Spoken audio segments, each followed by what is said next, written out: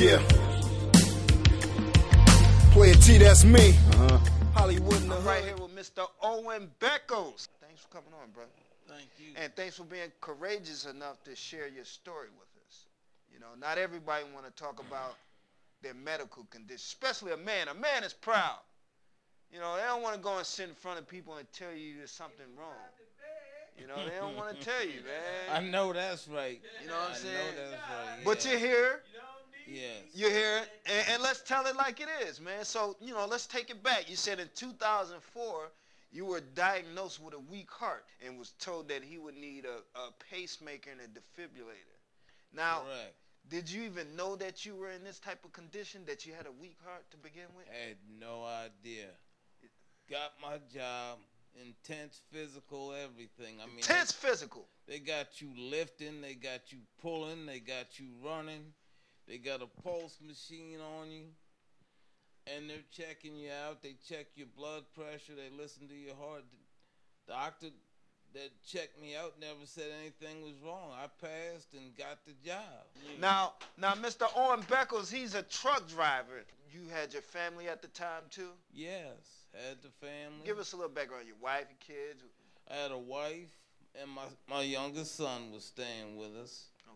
Okay, at the time he was like 10 or 11.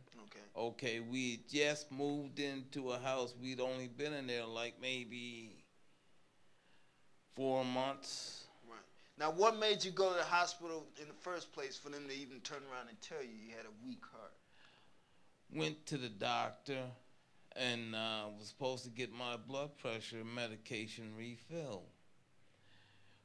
Doctor went and did took my vitals, right, and didn't like what she heard. She said, "I'm calling the ambulance. You're going to the hospital." So there I went. I was in the hospital for like 9 days. Right then and there, how did that make you feel when she said, "I don't like what I'm hearing, and I want to rush you into another procedure right now"? What was going through your mind? I was kind of worried because I didn't know what was going on, but I was like, well, I need to find out what's happening. Sure. You know what I'm saying? And just go along with the flow. That's all I could do. Right. You know, right. so. So now you go and have a procedure, and they're telling you what?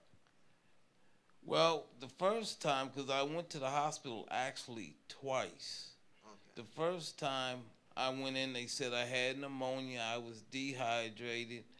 My left leg was swollen. It was like probably about as big as his pants leg. I thought ants had bit me, you know, and they're saying, no, we don't see any sign of that. Right. And later on, my wife is telling me it's your heart. Right. But they didn't find that out till the second visit. What had happened was, after I went to the hospital the first time, they gave me a prescription for some medication, told me to take 30 days off and stay off my feet and take it easy. Right, and did you do that? Yes, and then they said, come back for a follow-up visit. Went back for a follow-up visit. The same doctor that sent me to the hospital the first time was the same one who sent me back the second time, and that's when they found out about my heart. Right. He had been paying into a policy, insurance policy, worth up to $450,000. You know, he was played by the insurance company after a few payments. They dropped him. You know, so a lot of Americans are going through this right now. You know, it's just such a shame that a major corporation company like Hartford, who's making millions of dollars a year, you know, don't want to look out for the people that's been paying into their policies. Wow. And they did the procedure, you know, and had surgery. You had the pacemaker put in. Pacemaker, defibrillator. Now, do you still have that? Yes, that's a lot. That's lifetime. What is that like, living with a pacemaker and a defibrillator? What is that like? Is that slowing you down a bit? I mean, be honest with me. It slows you down because you're cautious, okay? And the next thing that it takes a while to get used to the thought of having one, in the respect that you never know what's going to happen, and you just got to leave certain things to the hands of God. Okay, the first time that my pacemaker and defibrillator went off was about 2 months after I had surgery. I'm sitting there in the bathroom and about fell out on my knees. That's how bad it was. I mean, You were feeling excruciating pain? yeah, I mean, well, what happens is it shocks you. It literally shocks you. And it will bring you down to your knees. That's how powerful it is. Right. Okay. Since I've had this device, I've been shocked probably about 3 or 4 times. The last time I got shocked, it was 6 times consecutive. And I was in the hospital for 9 days. Did you feel less than a man? You feel less than a man because, number one, you can't provide for your family. Okay. The checks stop coming in because you're not working. You're waiting on disability. Now, there's a short-term disability and there's a long-term disability. Now, this is when you get with Hartford Insurance, right? The Hartford was the long-term. The short-term was through the state of New Jersey. Okay. What happens is they short-term is up to 6 months of payments. Did you receive from the short term? Yes, but it took me 4 months to get my first check. So until you got your first short-term check from the state of New Jersey, how were you able to provide for your family? I wasn't. I was just struggling. My wife was working. Give it up for the wife, you know. Now, but what do you do when you don't have a wife there and you're in that condition? Struggle. You know, yeah. What can you do? We was still struggling because she wasn't making no big money. And then 4 months later, you do start to receive payments from the short term. From the short term. And were you able to pay your bills with that and stuff like that? Yeah, I was able to hang in for a minute, but then that cuts out. It took me, over 2 years to get my first check from the 15th of January 2005 to past 2 years beyond that. So we're talking 2006. You're talking about Hartford now. Hartford. Because after you got the short term, 2006, yeah. after you got the short term, you applied with Hartford for the long term. Right. Hartford Insurance. Millionaire, they rake in millions. Excuse me, let me just say this. 2012. The group benefits department made $4.3 billion. Let's get that right. Billions. I stand corrected. The revenue for 2012 was over $26 billion company-wide. Now let's bring it all in perspective. You got with them for an insurance policy worth $450,000 if you were eligible for it. Correct. And it was supposed to run till 2030. Correct. Now, from my understanding, you end up getting 2 checks, but it took you 2 years to get the first one. Correct. And then a whole nother year before he got the second check. And final check. Now, waiting in between the first and the second check, and with the short term being cut out, again, your wife had to step in for you. Yeah, she had to step in. She had to be the trooper. I went through hell, but I mean, I take my hat off to her for that because, it's hard. Right. Now, what was Hartford's reasoning that they told you that they cut you off after the second check? Mind you, it was supposed to have been running till 2030. The man can't work with a pacemaker and a defibrillator, So what did they tell you? What was the reason they told you they cut you off? They told me that I was physically capable of working. Wow.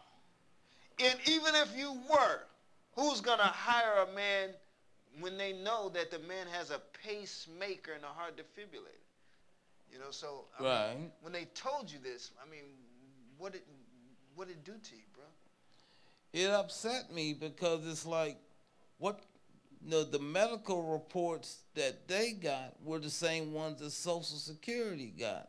So which you were approved for, by the way. Exactly. And Social Security was saying that their experts were saying to the judge that it wasn't safe for me to drive a car 20 minutes to work, let alone work an 8-hour job. Wow. So if they fathom that, if you read the medical report and Social Security is getting this, what school did the people from Hartford go to?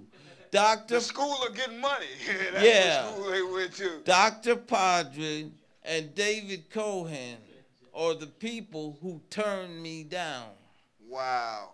Wow. If you had your say right now, because we know who's the CEO of Hartford? Laim McGee. If you had a chance to say something to him right now, what would you say?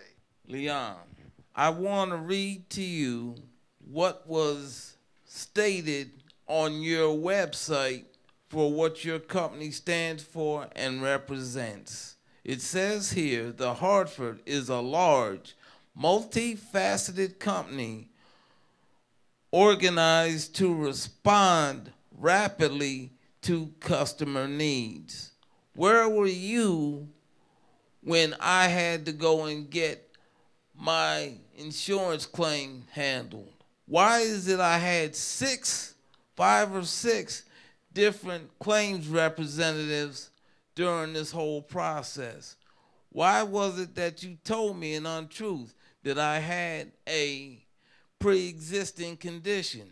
I'm not trying to go to jail for insurance fraud. I'm just trying to take care of my family. Oh! Where's your mind at?